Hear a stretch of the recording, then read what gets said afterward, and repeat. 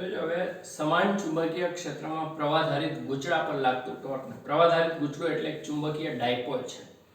એટલે જાણે કે સમાન ચુંબકીય ક્ષેત્રમાં એક ચુંબકીય ડાયપોલ મૂકવામાં આવે ત્યારે એના પર લાગતા ટોર્કનું સૂત્ર જોઈએ છે. સમાન વિદ્યુત ક્ષેત્રમાં વિદ્યુત ડાયપોલ મૂકવામાં આવે ત્યારે એના પર લાગતા ટોર્કનું સૂત્ર આપણે જાણીએ છીએ, બરાબર, કે P ક્રોસ E. P એટલે વિદ્યુત ડાયપોલ મોમેન્ટ છે, E એટલે સમાન વિદ્યુત ક્ષેત્ર છે. ચુંબકીય ડાયપોલ મોમેન્ટને સદિશ m વડે દર્શાવવામાં આવે, ચુંબકીય ક્ષેત્ર સદિશ B છે, એટલે આવું સૂત્ર આપણે મેળવશું. ધારો કે આકૃતિમાં ચુંબકના બે પ્રબળ ધ્રુવો અહીંયા ગોઠવેલા છે. બે ચુંબકો જ છે, આ બાજુ ઉત્તર છે, આ બાજુ દક્ષિણ છે. એટલે ચુંબકીય ક્ષેત્ર ઉત્તરથી દક્ષિણ તરફ આ દિશામાં છે, સદિશ B.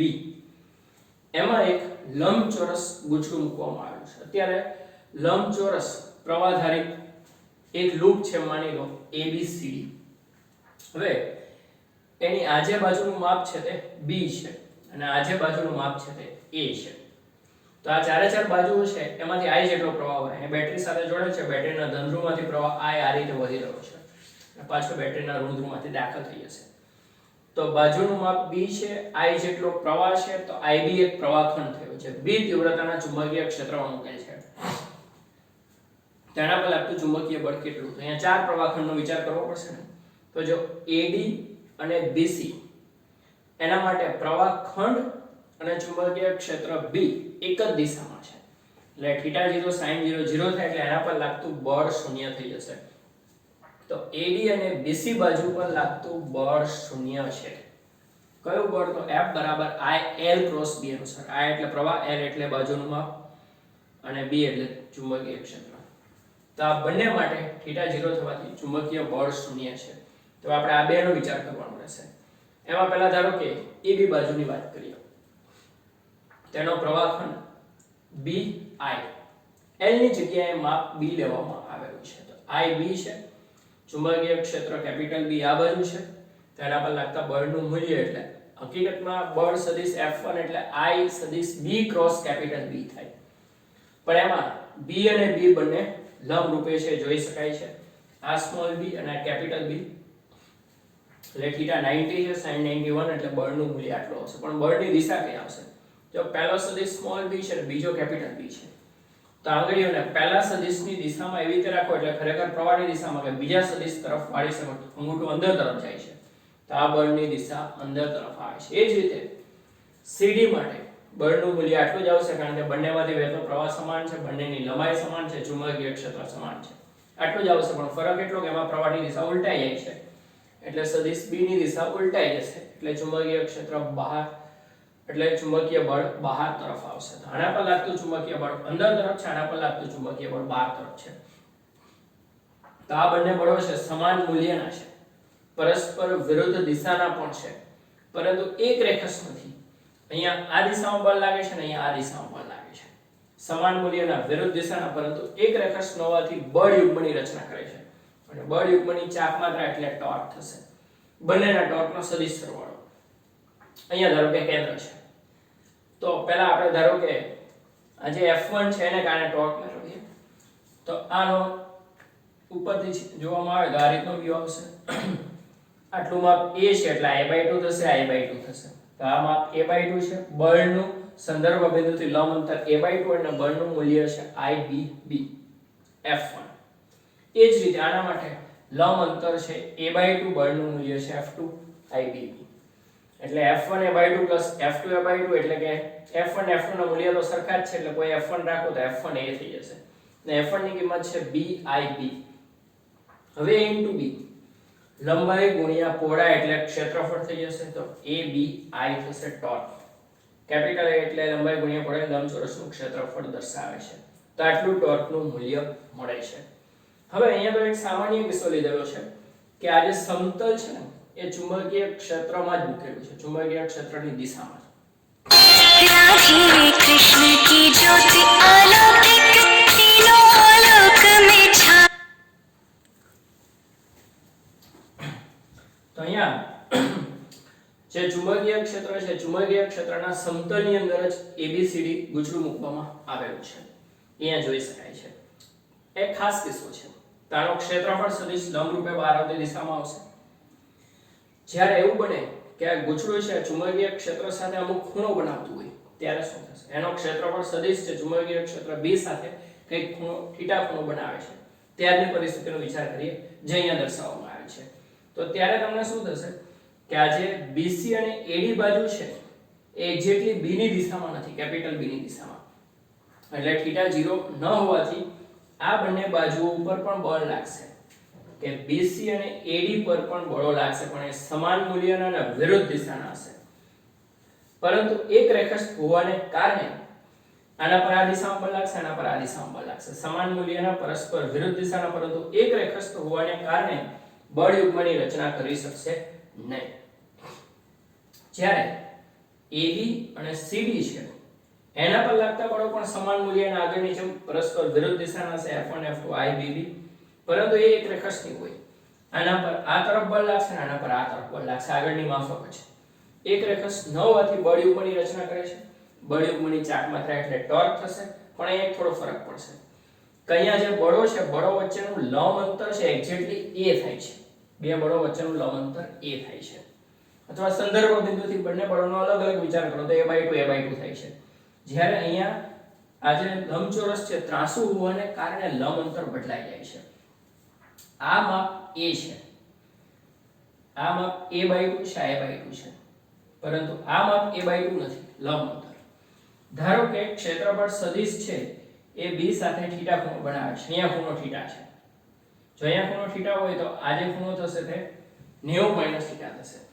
તો અહીંયા તમે કાટકોણ ત્રિકોણ વિચારો તો આ જે ખૂણો છે 90 - θ, તો આની પાસેની બાજુ લઈએ આપણે તો કેટલું આવે? A/2 cos 90 - θ. cos 90 - θ એટલે sin θ થશે. A/2 sin θ. એ જ રીતે આ માપ મળશે A/2. જો અહીંયા ખૂણો θ હોત તો આ A/2 sin θ થાત ને A/2 cos θ થાત, પણ આ જે ખૂણો છે તે 90 - θ છે, એટલે અહીંયા sin આવે, અહીંયા cos આવે, આપણે આની જરૂર છે. A/2 sin θ, A/2 sin θ. ફરક એટલો જ પડશે કે અહીંયા લંબ અંતર છે A/2 sin θ બંને માટે થશે.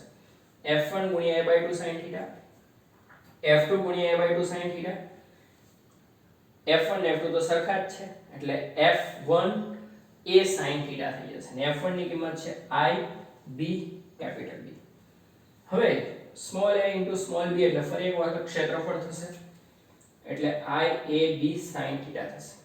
હવે I અને A છે એ ચુંબકીય ડાયપોલ મોમેન્ટ સદિશ m દર્શાવે છે. m ની દિશા ક્ષેત્રફળ સદિશ a ની દિશામાં લેવામાં આવે છે. m ની દિશા એ જ ક્ષેત્રફળ સદિશ a ની દિશામાં. ચુંબકીય ડાયપોલ મોમેન્ટ જેમ વિદ્યુત ડાયપોલ મોમેન્ટ p આવે છે, એકમ શું આવે? વિદ્યુત પ્રવાહનો એમ્પિયર, ક્ષેત્રફળનો મીટર સ્ક્વેર. તો ચુંબકીય ડાયપોલ મોમેન્ટનો એકમ આવશે એમ્પિયર * મીટર સ્ક્વેર. પારિમાણિક સૂત્ર L2 અને A-1 સોરી M0 L2 અને A1 આવશે, T0 થશે. તો આ રીતે ચુંબકીય ડાયપોલ મોમેન્ટની દિશા ક્ષેત્રફળ સદિશ a ની દિશામાં છે, એનો એકમ પરિમાણ જોઈ શકાય છે. તો અહીંયા ચુંબકીય ડાયપોલ મોમેન્ટ m થઈ ગયો અને આ b થયો અને sin θ થયો.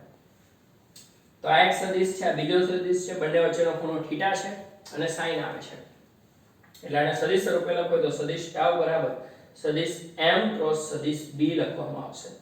તો સમાન ચુંબકીય ક્ષેત્રમાં ચુંબકીય ડાયપોલ m પર લાગતું ટોર્ક સદિશ τ એટલે સદિશ m ક્રોસ b થશે, જેમ વિદ્યુત ડાયપોલને સમાન વિદ્યુત ક્ષેત્રમાં મૂકો ત્યારે લાગતું ટોર્ક છે. હવે અહીંયા એક જ લંબચોરસ લૂપ છે.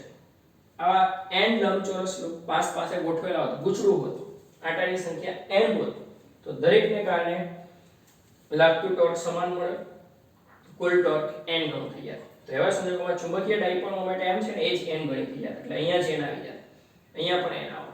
ટોર્ક સદિશ m એટલે n I a થઈ જાય. તો ટોર્ક ની અંદર આ સૂત્રમાં કોઈ ફરક ન પડે, m ક્રોસ b, પણ m ની અંદર n I a આવે, અહીંયા ફરક પડે, n I a b sin θ થઈ જાય.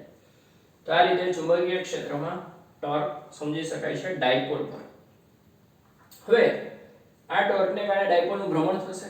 દાખલા તરીકે આના પર બળ અંદર તરફ લાગે, આના પર બહાર તરફ લાગે, એટલે આ જે લંબચોરસ છે ભ્રમણ કરશે, અને ભ્રમણ કરીને જેવું આ રીતે થઈ જાય એટલે કે એનું જે સમતલ છે એ ચુંબકીય ક્ષેત્રને લંબ બની જાય, તો એનો ક્ષેત્રફળ સદિશ a અને b એક જ દિશામાં આવી જાય. એક જ દિશામાં એટલે θ 0 sin 0 0 એટલે ટોર્ક શૂન્ય થઈ જશે. પહેલામાં વિદ્યુત ડાયપોલને સમાન ચુંબકીય ક્ષેત્રમાં મૂકો ત્યારે ટોર્ક એને એવી રીતે ભ્રમણ કરાવે છે કે જેથી કરીને ડાયપોલ મોમેન્ટનો સદિશ છે એ વિદ્યુત ક્ષેત્રની દિશામાં ગોઠવાય ત્યારે ટોર્ક શૂન્ય બનતાનું ભ્રમણ અટકી જાય છે. એવી જ રીતે અહીંયા ચુંબકીય ડાયપોલ મોમેન્ટનો સદિશ ચુંબકીય ક્ષેત્ર B ની દિશામાં આવે ત્યારે ટોર્ક શૂન્ય બનતા ભ્રમણ અટકી જાય છે.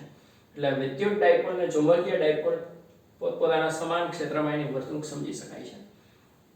એટલે ફરી એક વખત પ્રવાહ ગાળા પર લાગતું ટોર્ક અથવા તો સમાન ચુંબકીય ક્ષેત્રમાં પ્રવાહધારિત ગૂંચળું કે લૂપ છે એના પર લાગતું ટોર્ક. સમાન ચુંબકીય ક્ષેત્ર ઉત્પન્ન કરવા માટે બે ચુંબક મૂકેલા છે. અહીંયા N ધ્રુવ છે, અહીંયા S ધ્રુવ છે. આનો S આ બાજુ હશે અને આનો N આ બાજુ હશે. એટલે સમાન ચુંબકીય ક્ષેત્ર N થી S આ દિશામાં છે સદિશ B. એમાં એક લંબચોરસ મૂકેલ છે ABCD. ધારો કે એની લંબાઈ B છે અને પહોળાઈ A છે. એને બેટરી સાથે જોડેલ છે એટલે એમાંથી પ્રવાહ આ રીતે વહે છે. પ્રવાહ ફરી પાછો અહીંયા આવી જશે. તો B લંબાઈ અને I પ્રવાહ ધારિત એક ખંડ છે અને B તીવ્રતાના ચુંબકીય ક્ષેત્રમાં મૂકવામાં આવે તો એના પર લાગતું બળ I સદિશ B ક્રોસ સદિશ B થાય સદિશ F1.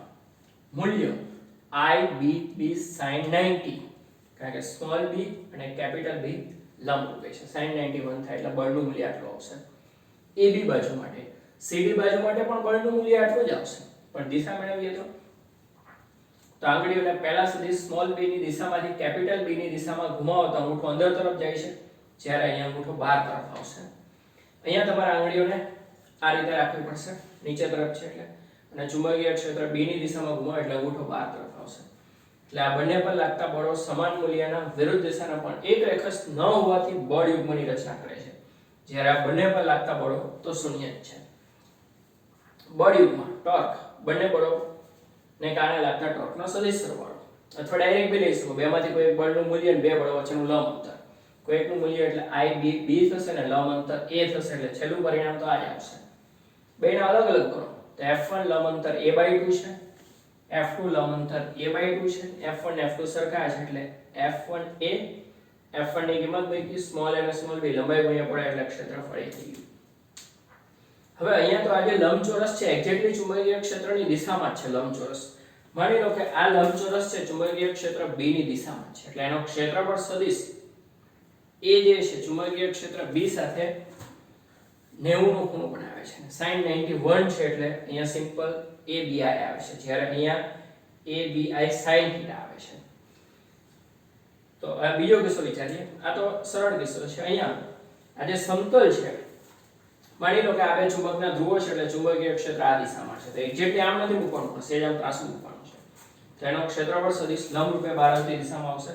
આ જે એમ બતાવ્યું છે ને એ ક્ષેત્રફળ સદિશ A પણ છે કારણ કે બંનેની દિશા એક જ આવે છે જે અહીંયા જોઈ શકાય છે. તો એવા સંજોગોમાં આ બંને પર લાગતા બળો છે સમાન મૂલ્યના વિરુદ્ધ દિશાના હશે. અહીંયા તો 0 જ થઈ ગયા હતા. અહીંયા સમાન મૂલ્યના વિરુદ્ધ દિશાના પણ એક રેખાંશ હોવાથી બળ યુગ્મની કરતા નથી.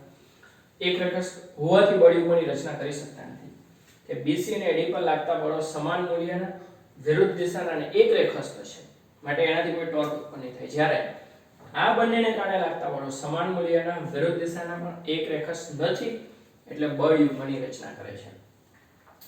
બળ યુગ્મની રચનામાં બંને બળોના મૂલ્ય સરખા છે. બંનેના ટોર્ક આપણે મેળવી દઈએ પણ અહીંયા ખાસ એ કે લંબ અંતર હવે A ની થાય ત્રાસુ અને આટલું માપીએ છે આ A/2 અહીંયા ખૂણો થીટા છે એટલે આ 90 - θ આવે એટલે A/2 sin θ A/2 sin θ એટલે લંબ અંતર આખું આટલું થાય. બે બળોનો અલગ અલગ વિચાર કરો તો A/2 sin θ થાય. તો F1 A/2 sin θ F2 A/2 sin θ એટલે કે F1 A sin θ થઈ જાય. F1 એટલે BI કેપિટલ B sin θ છે. ફરી આ બેનો ગુણાકાર તો ક્ષેત્રફળ જ થઈ જશે. એટલે આ રીતે સૂત્ર મળે છે. એમાં I * A એટલે ડાયપોલ મોમેન્ટ ચુંબકીય ડાયપોલ મોમેન્ટ સદિશ m છે એનો એકમ એમ્પિયર * મીટર સ્ક્વેર છે. પારિમાણિક સૂત્ર મીટર સ્ક્વેર છે એટલે L2 અને એમ્પિયર એટલે A1 છે. સદિશ m ની દિશા સદિશ A ની દિશામાં લેવામાં આવે છે. તો આ એક સદિશ આ બીજો સદિશ m ની વચ્ચેનો ખૂણાનો sin એટલે એનો સદિશ ગુણાકાર દર્શાવે છે. સદિશ τ બરાબર સદિશ m × b થશે. સમાન ચુંબકીય ક્ષેત્રમાં ચુંબકીય ડાયપોલ પર લાગતું ટોર્ક સમાન વિદ્યુત ક્ષેત્રમાં વિદ્યુત ડાયપોલ પર લાગતું ટોર્ક આપણે જાણતા હતા. અહીંયા એક લંબચોરસ છે. આવા n લંબચોરસને પાસે ગોઠવેલા આંટાની સંખ્યા n હોય તો એની ડાયપોલ મોમેન્ટ n ગણી થઈ જશે. તો સદિશ m બરાબર ni a સદિશ થશે. m ની દિશા તો a ની દિશામાં છે જ, પણ ટોર્કની દિશા તમે અહીંયા મેળવી શકો છો m અને b થી બનતા સમતલને લંબ રૂપે મેળવી શકાય, જે અહીંયા અધો દિશામાં આવશે. જમણા હાથે આંગળીઓને m ની દિશામાં એવી રીતે રાખો કે b તરફ તમે વાળી શકો, તો ટોર્કની દિશા તમને અધો દિશામાં મળશે. તો આ રીતે સમાન ચુંબકીય ક્ષેત્રમાં ચુંબકીય ડાયપોલ પર લાગતું ટોર્ક વિદ્યુતની માફક જ આવે છે. પ્રવાહ લૂપ કે પ્રવાહ ગૂંચળું એક ચુંબકીય ડાયપોલ જ છે. કોઈ પણ એક ચોરસ, લંબચોરસ, વર્તુળાકાર પ્રવાહ લૂપ જે છે એક ચુંબકીય ડાયપોલ જ છે. એની ડાયપોલ મોમેન્ટ કઈ દિશામાં? ક્ષેત્રફળ સદિશની દિશામાં.